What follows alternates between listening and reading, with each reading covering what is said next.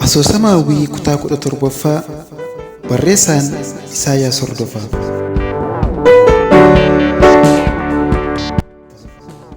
Boqonnaa 5ffaa. Maanguddoon ishee bira ta'an kun obbo Ayyaanaa jedhamu. Dhalooti isaanii achuma bulchiinsa Wallaggaa Koonyaa Qellam Aanaa Sayyoodha. Magaalaa Finfinneetti ministeera barumsa keessaa qajeelcha hojii tokko irratti itti gaafatamaadha. Sayyoodhaa lafa bunaa qabu. Xiyyaaraan magaalaa Dambilooloo deemanii achi turanii magaalaa Gimbii dhimmaaf dhaqanii achumaan immoo magaalaa Naqamtee du'aa gahii tokko ga'anii deebi'aa jiru. Ijoollee dhiiraa 2 fi durba 2 qabu. 2 yuunivarsiitii, 2 immoo kolleejjii irraa eebbifamanii hojii qabatanii jiru. 2 godinaalee garaagaraa, 2 immoo magaalaa Finfinnee keessaa hojjetu. Obbo Ayyaanaan Hawwii yeroo akkas boossu baay'ee isaan gaddisiiste. Ishee jajjabeessuu barbaadan. Eenyu maqaan kee mucaaqoo? Dhiisa akkasiin boo'ii. Hawwiin jedhama. Imimmaan ishee haxaawwachaa. Ani ammoo Ayyaanaan jedhama. Ijoollee 4 kan umuriidhaan si caalan hin qaba. Ati intalli koo isheen arfaffaan illee yoo xiqqaate waggaa 2 yookiin 3 kan siif hangaftu natti fakkaata jedhan. Obbo Ayyaanaan erga of beeksisanii booda maaliif akka boossu, eessaa fi eenyu bira akka deemtu gaafatan. Hawwiinis kan mul'istee himuu hin barbaanne dhoksitee magaalaa Finfinnee kan baankii keessa hojjetu fira ishee bira teessee barachuuf akka deemtu itti himte. Baankii keessa hojjetaa? Eenyu jedhama? Dalasaa Margaa jedhama. Baankii Kaazaanchis keessaa hojjeta. Naan dura magaalaa Finfinnee beektaa? Hin beeku, oduudhaan malee waan inni fakkaatu hin beeku. Amma dhaabbii otoobisiitti si eegaa? Eeyyee. Beekaa akka tarra dhuftu? Eeyyee, bilbileefiin jira jette Hawwiin. Yoo Dalasaan dhaabbii otoobisii dhufuu baate rakkoo isheerra ga'uu danda'u yaadda'uudhaan Obbo Ayyaanaanis rakkoon hin jiru. Ani magaalaan Finfinnee akka biyya dhaloota kootiitti lakkaa'a. Dambiloollooti dhufee yuunivarsiitii Qiddisaa Sillaasee waggaa 4 baradhee digiriidhaan eebbifame. Hojiis asuma ittiin jalqabe. Kunoo har'a gara waggaa 30 keessa jiraachaan jira. Hanga firri kee dhufutti dhaabbannee wajjin eegna, hin yaaddeen jedhanii jajjabeessan. Eessa dhalooti kee? Naqamtee. Naqamtee yaa biyya leeqaalatti dhaabbatan gabaadha. Nagattee kee maalittan beekaa, namni abdatan badaadha. Naqamtee kumsaa moorii, naqabdee gomjiin horii, naqamtee ka biyyi koo biyya dachaa subteeti. Naqabdee ka malli koo jilba dadhabdeeti jedhanii geeraru warri leeqaa Naqamtee jedhan. Dajjaachafteen immoo eenyu? Gabaabseen malee maqaan isaanii Dajjaamaachaftee Maariyaamiidha. Haftee Maariyaam jedhee kan isaan moggaase luba Ortodoksiidha. Seera amantii Ortodoksii keessatti namni cuubamee yeroo kan kiristinnaa ka'u maqaa kiristaanaatu ba'aa fi haala kanaan lubbi maqaa dhalootaa isaanii geddere malee kan abbaan isaanii isaaniif moggaase hambisaadha. Abbaan isaanii Dajjaamaachi Kumsaa Morodaa jedhamu.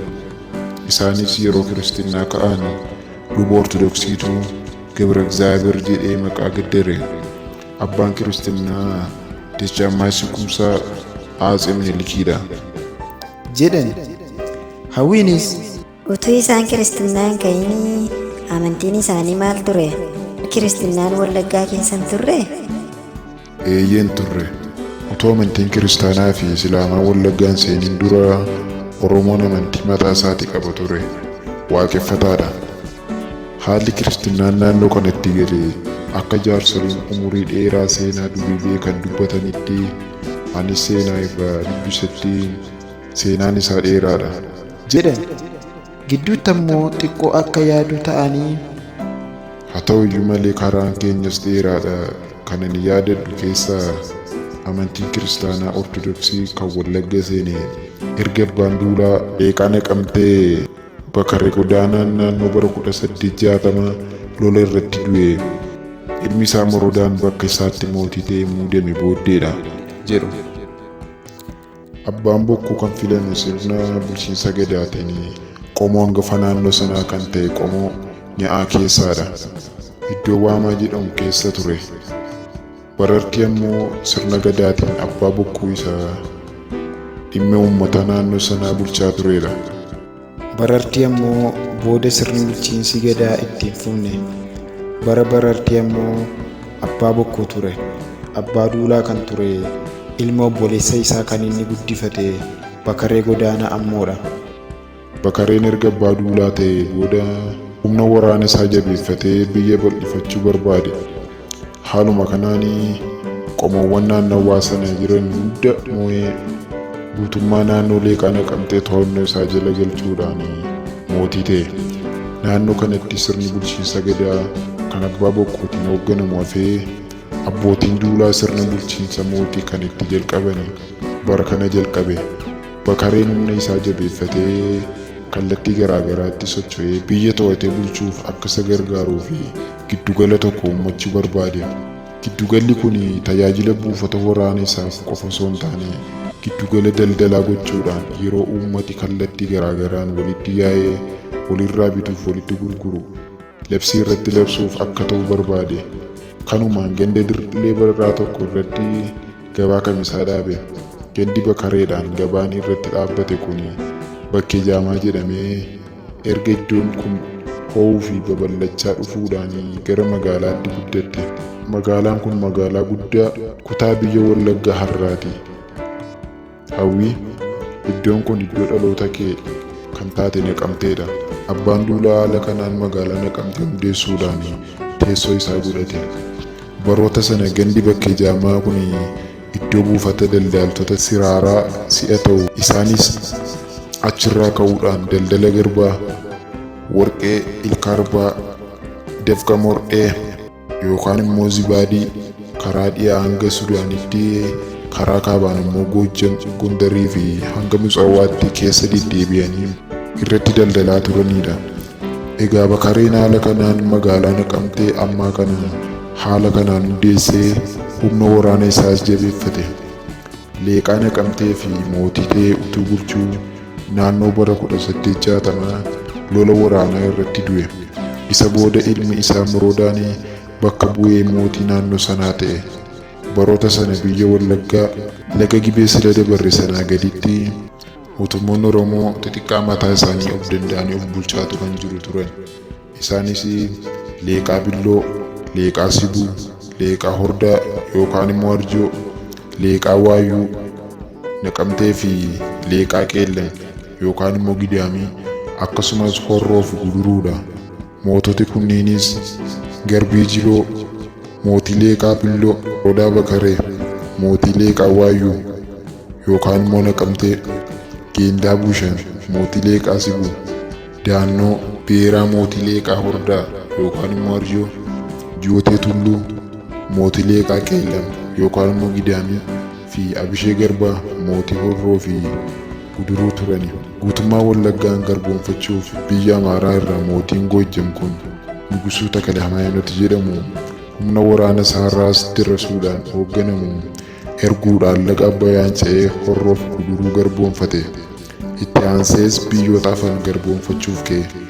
Mootii Morodaan oduu kana yoo dhaga'u waa'ee hidhannoo waraana biyya Amaaraa kana odeeffannoo akka isaaf fidan nama erge. Odeeffannoo argateenis humni waraana raas dirrasuu qawwee kan hidhate ta'uu isaa hubate. Yeroo kana humni waraana isaa eeguuf gaachana malee qawwee hin qabu. Humni waraana biyya Amaaraa garuu qawwee kan hidhatee ture. Morodaanis hidhannoo meeshaa lolaa akkasiitiin waraana sirriitti hidhatee kana dura dhaabbachuu akka hin dandeenye hubate. Kanaaf raas dirrasuun utuu isatti hin ce'in nama itti erge.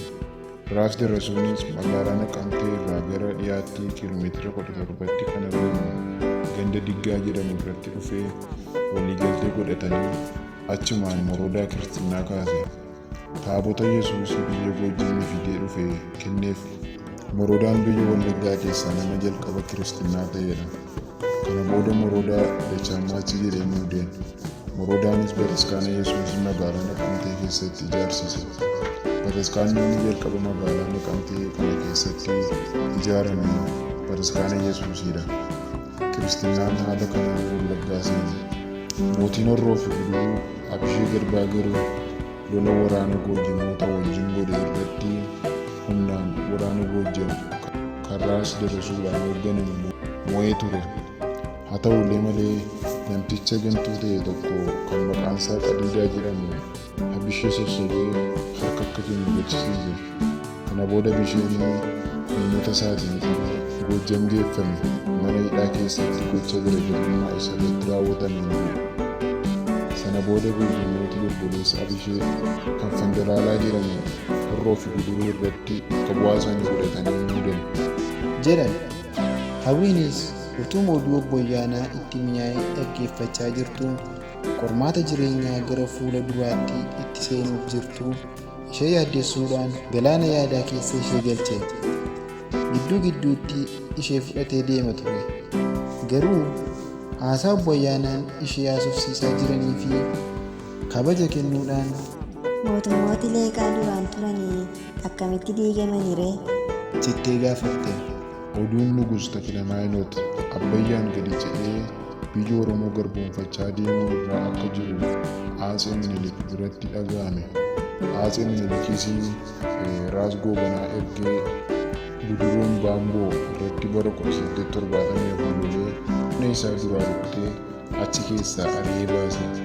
Lola kana irratti Dachaammaas Moroodaa fi Dootee Raas Goobanaa gargaaranii Nugus Takilamaayinootiin waraaname jedhan. Hawwiinis maali Moroodaanii Raas Darasuu wajjin walii galtee godhatanii Kiristinnaas kaaseen Dachaammaas jedhee kanniisa muude miti? Akkamitti isa deeggaruu dhiisee Raas Goobanaa gargaare? jettee gaafatte. Nugus Takilamaayinoot Abbayyaan ce'ee Horroo fi Guduruu weerare. Nafxanyooti isaa mootummaa naannoo sanaa diiganii kan isaanii dhaabbatan. Yeroo kana Oromoo gara jirummaadhaan lafa isaanii irraa ari'anii fudhachuudhaan gidiraa guddaa irraan ga'ani. Kana malees aadaa Oromoo balleessanii jireenya Oromoo naannoo sanaa rakkoo guddaa irratti gatan. Sababii kanarraan kan ka'e jibban Raas Goobanaa fi loltoota isaa Oromoota Maccaa fi Tuulamaadha. Aadaa, amantii fi afaaniin waliin tokko waan ta'aniif isaan cina hiriirree of tuultota biyya keenya weeraran waraanna jedhanii Goobanaa gargaaran. Minilikis biyya Oromoo garboomfachuuf Goobanaa biyya Oromootti kan duulchisu haala kana sababii hubateef ture. Qoraattiidhaan baasu jedhama kun. Gara biraas Minilik yoo Goobanaan biyya Oromoo haala kanaanis ta'e humnaan waraanee harka isaa keessa galche Raas Goobanaa of jalatti mootii biyya Oromoo jedhee akka sanaaf waadaa sababii isaaf galeef ture. Goobanaan waadaa Minilik isaaf gale kana abdachuudhaan uummata isaa Oromoo gara jabeenyaan lolee biyya Oromoo garbummaa Minilik jala galchuu danda'e jedhanii. Hawwiinis boodoo jette.